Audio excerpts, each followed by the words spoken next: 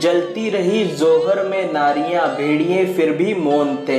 हमें पढ़ाया गया अकबर महान, तो फिर महाराणा प्रताप कौन थे।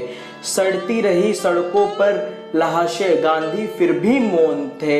हमें पढ़ाया गया कि चरखे से आज़ादी आई थी, तो फांसी पे झूलने वाले वो 25-25 साल के वो नौजवान कौन थे।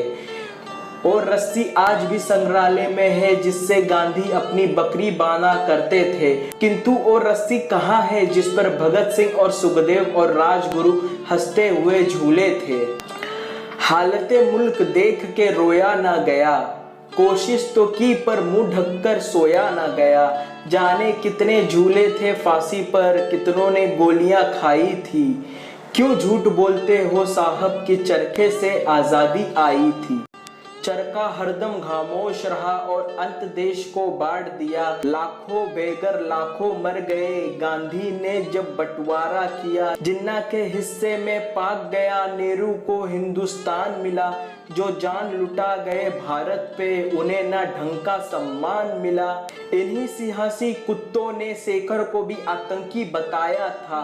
रोया अल्फ्रेड पाक था उस दिन, एक एक पत्ता थर्राया था। जो देश के लिए जिए मरे और फांसी के फंदे पर झूल गए। हमें कजरे गजरे तो याद रहे, पर अमर पुरोधा हम भूल गए। जो असली में सम्मान के लायक है तुम उनका सम्मान करो। जय हिंद, वंदे मातरम, भारत माता की जय, इनकलाब जिंदाबाद। जब लाहौर जेल में फांसी हुई उसके थोड़े दिन पहले उन्होंने एक पत्र लिखा जिसको उन्होंने कहा कि ये मेरा घोषणा पत्र है और ये पूरे देश के लोगों को पता होना चाहिए। बात क्या थी, जब भगत सिंह को फांसी होने की घोषणा हो गई तो देश के अखबारों में एक चर्चा चल पड़ी। अंग्रेजी सरकार उस चर्चा में हिस्सेदार हो गई।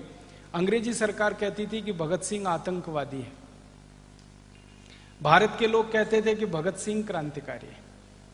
अब क्रांतिकारी और आतंकवादी की बहस शुरू हुई।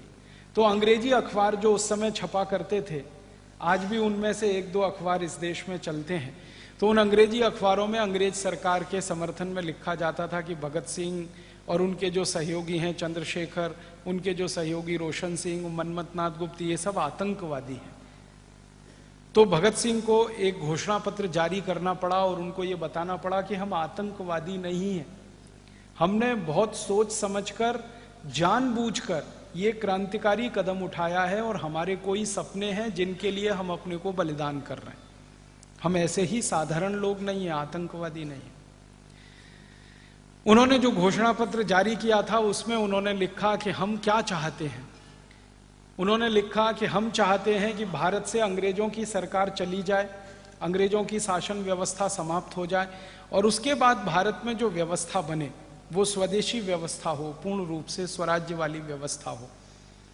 तो उन्होंने जब घोषणा पत्र लिखा तो बहुत स्पष्ट कहा उन्होंने कि अंग्रेजों के जाने के तत्काल बाद इस देश में अंग्रेजों की शासन व्यवस्था चली जानी चाहिए।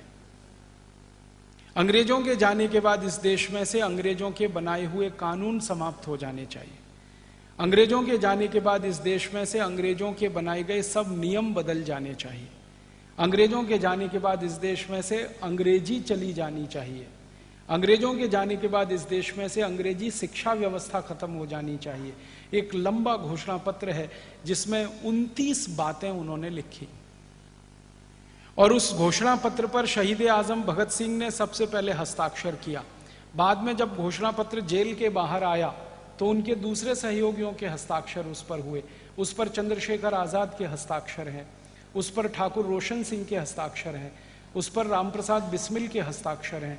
ऐसे उस जमाने के 7 बड़े क्रांतिकारियों के हस्ताक्षर से वो घोषणा पत्र जारी हुआ। सारे देश के अखबारों में वो छपा। तब भारत के लोगों को ये पता चला कि ये सारे क्रांतिकारी किसी सपने के लिए अपने आप को कुर्बान कर रहे हैं, शहादत को अपने ऊपर ओढ़ रहे हैं। और वो सपना क्या है? अंग्रेज चले जाएं। ये बड़ी बात नहीं है। भगत सिंह ने तो 1928 में ये बात कही थी, आप हैरान हो जाएंगे ये सुनकर। सन 1928 में एक अखबार का संपादक भगत सिंह जी को मिलने गया लाहौर के सेंट्रल जेल में, तो उन्होंने कहा कि आज़ादी तो आने ही वाली है। वो संपादक हैरान हो गया, आपको कैसे मालूम? उन्होंने कहा मुझे मालूम है आज़ादी आने वाली है। तो संपादक ने पूछ लिया कितने दिन में, तो उन्होंने कहा 15-16 साल में आजादी तो आ ही जाएगी, अंग्रेजों को तो जाना ही पड़ेगा, वो तो यहां नहीं रह पाएंगे और हम तो उनसे किसी भी तरह से आजादी ले लेंगे, लड़कर ले लेंगे, भिड़कर ले लेंगे, जैसे भी चाहें हम तो आजादी ले ही लेंगे, वो बड़ी बात नहीं है। बड़ी बात यह है कि आजादी आने के बाद अंग्रेज तो चले जाएंगे, अंग्रेजियत जाएगी क्या, यह सवाल उन्होंने किया था। तो संपादक को समझ में नहीं आया अंग्रेजियत का माने क्या, तो भगत सिंह ने कहा कि अंग्रेजों की शिक्षा व्यवस्था, अंग्रेजों की कानून व्यवस्था, अंग्रेजों की न्याय व्यवस्था, अंग्रेजों की प्रशासन व्यवस्था, ये सब मिलाकर अंग्रेजियत, ये चली जाए इस देश में से, तब हमारा स्वप्न पूरा होगा। और इस बात को कहने वाले उस जमाने के 7 बड़े क्रांतिकारी थे जिनके हस्ताक्षर से ये जारी हुआ। ये सारे क्रांतिकारी थे जो हिंसा को अपनी आजादी का रास्ता मानते थे और वो बोलते थे कि अंग्रेजों से हिंसा करके ही हम आजादी ले सकते हैं। कुछ ऐसे भी क्रांतिकारी इस देश में हुए जो अहिंसा को आजादी का रास्ता मान के काम करते थे। उनमें महात्मा गांधी एक थे, फिरोज शाह मेहता एक थे, गोपाल कृष्ण गोखले एक थे, सरदार वल्लभ भाई पटेल एक थे। ऐसे क्रांतिकारी जो अहिंसा को रास्ता मान के चलते थे, ऐसे क्रांतिकारी जो हिंसा को रास्ता मानकर चलते थे, दोनों के समय के अलग अलग समय के घोषणा पत्रों को मैंने पढ़ा है, वो एक ही हैं, दोनों के रास्ते अलग अलग हैं। महात्मा गांधी ने एक घोषणा पत्र जारी किया संपूर्ण स्वराज्य के लिए और महात्मा गांधी के सहयोगियों ने उस पर हस्ताक्षर किए। लाहौर में वो जारी हुआ 1930 में। तो उस घोषणा पत्र में भी यही लिखा हुआ है कि हमको संपूर्ण आजादी चाहिए, संपूर्ण स्वराज्य चाहिए। और उसको स्पष्ट किया गया है वो ये कि अंग्रेज तो चले ही जाएंगे, उनके जाने का हमें कोई मन में संशय नहीं है। अंग्रेजों के जाने के बाद उनकी जो व्यवस्था है वो इस देश में नहीं रहनी चाहिए। गांधी जी भी वही बात कहते हैं, अंग्रेजियत जानी चाहिए, अंग्रेजों की व्यवस्था, अंग्रेजों के कानून, अंग्रेजों की शिक्षा, अंग्रेजों की भाषा। गांधी जी तो इतने ज्यादा उग्र थे, वो कहते थे कि एक दिन के लिए मुझे भारत में अंग्रेजों के जाने के बाद राज्य चलाने का मौका मिले, सिर्फ एक दिन के लिए, तो सबसे पहले मैं 2 ही काम करूंगा। एक तो अंग्रेजों के बनाए हुए सारे कानून जला दूंगा और अंग्रेजों की जो भाषा है अंग्रेजी, इसको एक दिन में पूरे देश में से खत्म कर दूंगा। अब हम ध्यान से देखें तो मैं ये मानता हूं वो ये कि भगत सिंह हो, चंद्रशेखर आजाद हो, राम प्रसाद बिस्मिल हो, ठाकुर रोशन सिंह हो, अशफाक उल्लाह हो, ये क्रांतिकारी हिंसा को रास्ता मान के काम करने वाले, महात्मा गांधी हो, मदन मोहन मालवीय हो, या सरदार पटेल हो, या उनके सहयोगी हो फिरोज शाह मेहता वगैरह, ये अहिंसा को रास्ता मानकर चलने वाले, दोनों ही क्रांतिकारी कैंची की तरह से काम करते थे। कैंची होती है ना, सीजर जिसको हम कहते हैं, उसमें एक फलक मान लो हिंसा वाला, दूसरा अहिंसा वाला, काम दोनों मिलकर अंग्रेजों की जड़ काटने का ही कर रहे थे। रास्ते अलग अलग थे, मान्यताएं अलग अलग थी, उद्देश्य दोनों का एक ही था।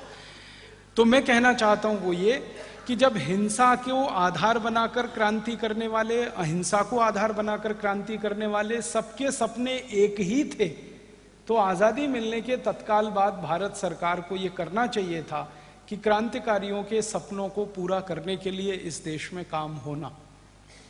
लेकिन दुर्भाग्य से इस देश में कोई काम नहीं हुआ। मुझे तो इतना अफसोस है इस देश के बारे में, आजादी मिलने के बाद का देश हमारा कैसा है। हमारे देश में जिन लोगों ने शहादत दी, जिन लोगों ने बलिदान किया, जिन लोगों ने कुर्बानी दी, ऐसे लोग इस देश की सरकार की सूची में कहीं नहीं है। और जिन लोगों ने देश से गद्दारी की, अंग्रेजों से वफादारी की, अंग्रेजों से दोस्ती की, अंग्रेजों का सहयोग किया, वो इस देश की शासन व्यवस्था में सबसे ऊंचे पदों पर बैठे हुए।